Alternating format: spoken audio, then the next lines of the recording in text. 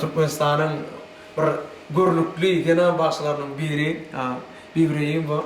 Eğer size kötürlenecek aydınlar var arada doğru malumatı kötürler. İnni neme aydım? Nisip bolsa o konser olur dip umid ediyen. Ağa vakar dip atagel gariyag dipun. Bir o öngüm hit tolle çağa vaxtımda maydiyadık. Onun şon aydasımız geldi men idim gel Halipa Can edeynidim. Ömrüde olsun. Bana yok diyeyim. Katı bağıtta bor diyeyim. Halipalar. Bor diyeyim. Almak kıyına. Sen aysan ütköşklat olur deydi. Onu ütköşklat olur da aytdım. Ritme koşup aytacak deydim. Onu roğ edecek deydim. Ulu yer gerek bize hakikaten giyin ulu yer özledik. Oğlum bolle dişme diyallar. Cadı oğlum kim ben? Rodina tanımayan yok mu kadiyen? Mun iş edişi tuveleme, mana yövme kökmanel. Sadanalar kim? Şol konserde yazmalı olamda men Serdar Çarın grupasına, toparına kayıt ettim. Yok demediler. Sağ olsun Serdar Çarım yok demedi sağ olsun. Yok ben sorakta. Görün. Dinle, baka verin sizin fikriniz. Biz için yürütü dürü diyenler için vacip bolup duruyor.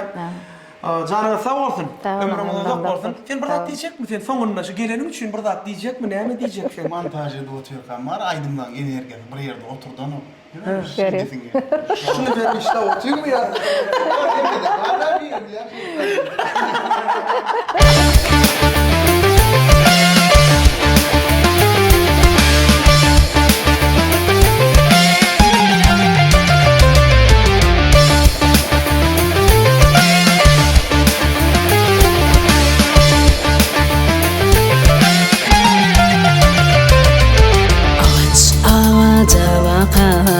Arasından zuaka akarıcın paraya iki sinem dünyakır ağaç ağaca bakar arasından zuaka akarıcın paraya iki sinem dünyakır